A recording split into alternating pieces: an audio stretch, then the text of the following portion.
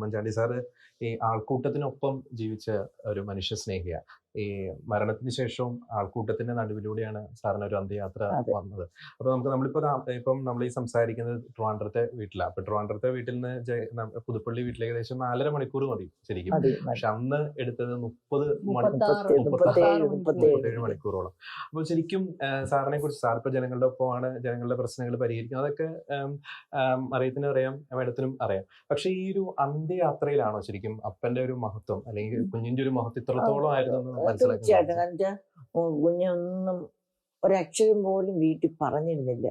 പറഞ്ഞിരുന്നെങ്കിൽ, ഞങ്ങളോട് സ്വല്പമെങ്കിലും ഷെയർ ചെയ്യുന്നെങ്കിൽ, കുഞ്ഞിന്റെ ഞങ്ങളുടെ എല്ലാ സാധനത്തിന്റെ ഇന്റൻസിറ്റിക്ക് ഒരു കുറവ് വന്നായിരുന്നു. അല്ലാതെ സഹിക്കേണ്ടി വന്നു, ത്യാഗം അനുഭവിക്കേണ്ടി വന്നു. എല്ലാം പിള്ളേർ എനിക്ക് ഭയങ്കരമായിട്ട് മിസ് ചെയ്ത് കുറെ അപ്പം ഞാൻ യൂസ്ഡായി. പിള്ളേരെ സംബന്ധിച്ചൊക്കെ അവരുടെ അപ്പനെ കണ്ടമാനം മിസ് ചെയ്തു. അതേസമയം എൻ്റെ മോളെ എനിക്കൊരു വലിയ ദൗത്യമുണ്ട്. ഇതാണ് എൻ്റെ കാഴ്ചപ്പാട്, എനിക്കതൊന്നും മാറാൻ പറ്റത്തില്ല എന്ന് ഞങ്ങളൊന്നും പറഞ്ഞിട്ടില്ല ഒരിക്കലും. പറഞ്ഞിരുന്നെങ്കിൽ ഞങ്ങൾ കുറച്ചുകൂടെ സപ്പോർട്ട് കൊടുത്തേ. ഞങ്ങളുടെ സപ്പോർട്ടിങ് ഇങ്ങനെയാണ് പുള്ളിയുടെ ജീവിതം അതിനായിട്ട് മാറ്റി വെച്ചേക്കുന്നത്. പിന്നെ ഞാനെപ്പോഴും കുഞ്ഞിങ്ങനെ പോകുമ്പോഴെപ്പോഴും ഓരോരുത്തര് ഈ സിനിമ കാണാൻ ഞങ്ങൾ പണ്ടൊക്കെ പോവായിരുന്നു കേട്ടോ. പാട്ട് പാടും, സാഹിത്യം, പുസ്തക വായന, സ്പോർട്സ്, ഇങ്ങനെ മണിക്കൂറുകൾ പോയി സ്പോർട്സ് ഇങ്ങനെ കളികളൊക്കെ കാണുമല്ലോ. അപ്പൊ എൻ്റെ മനസ്സിൽ എന്നൊരു ചിന്തയും, നമ്മള് യുദ്ധത്തിലാണെങ്കിൽ യുദ്ധത്തിൽ നമ്മുടെ സോഫ്റ്റ് ഫീലിങ്സ് ഇല്ല, കലയില്ല, സാഹിത്യമില്ല, സ്പോർട്സും ഇല്ല. യുദ്ധത്തിൽ യുദ്ധം മാത്രം. എന്തിനോട് യുദ്ധം ചെയ്തു? സാധാരണക്കാരുടെ ആവശ്യങ്ങൾക്ക് വേണ്ടി, അതിനുവേണ്ടി യുദ്ധം ചെയ്യുന്നൊരു തത്തപ്പാടാണ് കുഞ്ഞ് അവസാനം നാഴി വരും. ഈ ലോകത്തിന്റെ അവസ്ഥയെ പോലും ലോകത്തിന്റെ അവസ്ഥ അപ്പോഴും ലാസ്റ്റ് തന്നെ ലെറ്റർ എഴുതിപ്പുണ്ട്. ഒരു ലാസ്റ്റ് എഴുതിയ ലെറ്റർ, അതായത് 15 ലക്ഷം രൂപ രാഹുൽ ഗാന്ധി തന്നല്ലേ. അപ്പം ഞങ്ങള് SCG ആശുപത്രിയിൽ നിന്ന് വന്ന് ടി ജോണിന്റെ വീട്ടിൽ താമസിക്കുക 2 മാസം. അപ്പൊ അപ്പൊ അന്നൊക്കെ നല്ല ഓർമ്മ. പിന്നെ ബ്രെയിൻ അത് തന്നെ ഹാൻഡ് റൈറ്റിംഗ് കണ്ടറിയാം. ഹാൻഡ് റൈറ്റിംഗ് ഇച്ച് ബാഡ് ആയിക്കൊണ്ടിരിക്കുന്നത്. അപ്പൊ 50 lakhs ഡ്രാഫ്റ്റ്, അതാണ് ലാസ്റ്റ് എഴുതിയത്.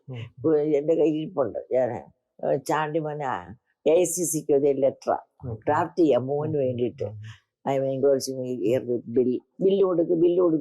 ബില്ല് കൊടുക്കുന്ന പറഞ്ഞിട്ട് മോനെ ഞാൻ എന്റെ കുഞ്ഞെ കൊടുക്കാം. അപ്പൊ നമ്മളിങ്ങനെ വിശ്വസിക്കുന്നില്ല. അല്ലെ ബില്ല് കൊടുക്കുന്നത് തന്നെ ഡ്രാഫ്റ്റ് ചെയ്യാം അവിടെ. പിന്നെ അത് കഴിഞ്ഞിട്ട് പുള്ളിക്ക് ലാസ്റ്റ് വന്നിട്ട് പിന്നെ അങ്ങോട്ട് ഹാൻഡ് റൈറ്റിംഗ് കണ്ടത് വളരെ മോശമായി തുടങ്ങി. എനിക്ക് തന്നെ വളരെ എന്ന് വെച്ചാൽ ബ്രെയിൻ ഇങ്ങനെ first immunotherapy first immunotherapy tolerate ചെയ്തു. സെക്കൻഡ് ഇമ്മ്യൂണോതെറാപ്പിക്ക് എൻ്റെ കസിൻ സംഭവിച്ചു. അതായത് പുള്ളി ചിരി നിർത്തി. പുള്ളി ചിരിക്കാതെ ജീവിതം ഉണ്ടായിട്ടില്ല. ഞാൻ നേഴ്സിനോട് ചോദിച്ചു, എന്താ കുഞ്ഞ് ചിരിക്കാത്തത്, മസിൽ വീക്കായാണോ? അപ്പൊ അവര് അല്ലാത്ത പറഞ്ഞു. പക്ഷെ അത് സത്യത്തിൽ മസിൽ വീക്കായതാ. പിന്നെ പുള്ളി പറഞ്ഞു എനിക്ക് പോകാൻ അതെനിക്ക് ഭയങ്കര വേദനയായിപ്പോയി. പക്ഷെ പിന്നെ ഞാൻ ആശ്വസിക്കുന്ന എല്ലാം ദൈവം അറിയാതൊന്നും സംഭവിക്കത്തില്ല. പോകാന്നപ്പോ ഞങ്ങൾ നിർബന്ധിച്ച് നിർത്തി അവിടെ. അതെനിക്ക് താങ്ങാൻ മേത്ത മരിച്ചതിലും വിഷമമുള്ള സംഗതിയാ. പക്ഷെ ദൈവത്തിന്റെ ഒരു കൈ അവിടെ ഉണ്ടതുകൊണ്ട് ഞാൻ ആശ്വസിപ്പിക്കും. ദൈവം അതാണ്. പിന്നെ 46 വർഷത്തെ ജീവിതത്തിനിടെ എനിക്ക് ദൈവം തന്ന മറിചിന്ത.